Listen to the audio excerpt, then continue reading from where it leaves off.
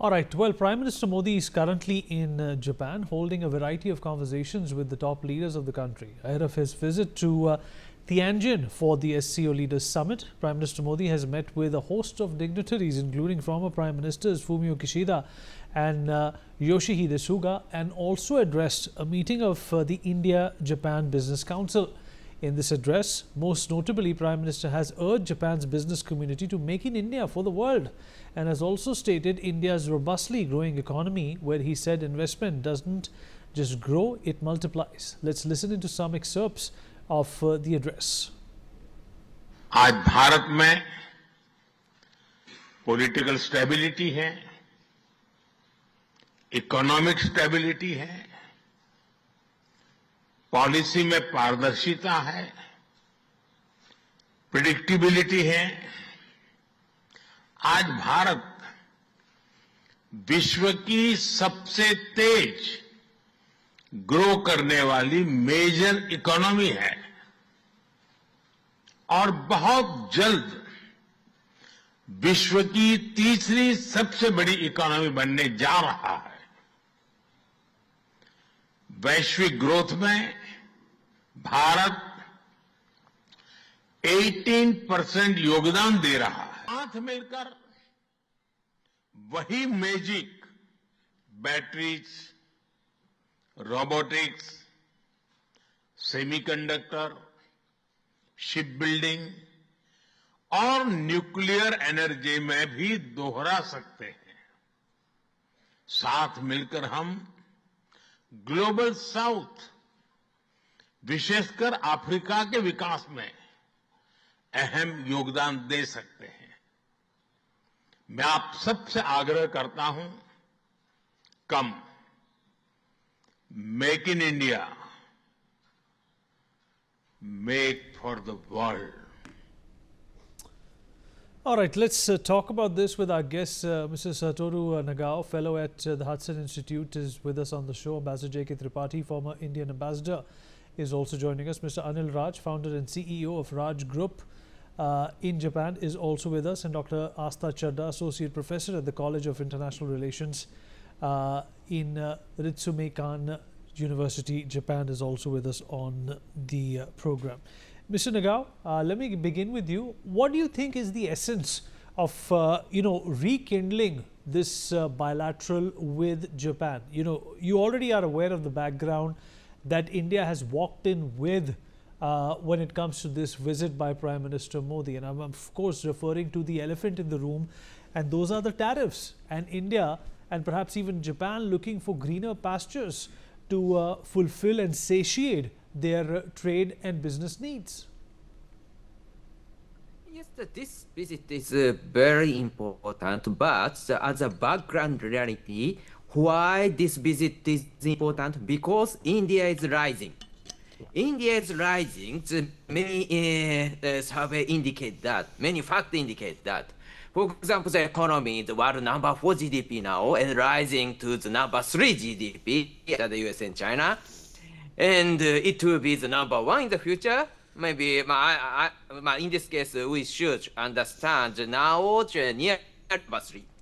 And the military expenditure also within the 3 to 5, may it rely on the survey. But so that's why both economy, both military. In this case, India is top 5. And in the world, there are the 200 countries. Top 5, both area, is miracle. India has already achieved. So that's why this is very important fact. That's why Japan want to cooperate with India. So if Japan cooperate with India, what they can do is an important part. Indeed, in the statement, there are many information and indicates what we can do. If strategically, India is the center of the Indian Ocean region, this means that connected to the Southeast Asia, Middle East, Africa, all the area is covered from India. So India is rising, influence is expanding. India is not merely inside within the South Asia. India is a country in the global world level, especially in the Indian Ocean region. if Japan cooperate with India, invest much, and set up the factory, where is the market? All of these areas are market. Sea lane connected between India and this region will be the market. So that's why this is a huge project, strategic project. But at the same time, when we check the list of the cooperation this time, we can remember the one fact. Yes, there is a China. Why? Because indeed, Japanese know that. Prime Minister Modi come to Japan before he visit China. Why? Because this is a message. Of course, Prime Minister Modi only visit China to join the SCO. That is possible, but he did not do that. He visit Japan first. Why? Because this is a message to Japan. We trust you. You are the partner. That is very important for Japanese. Modi said mutual trust.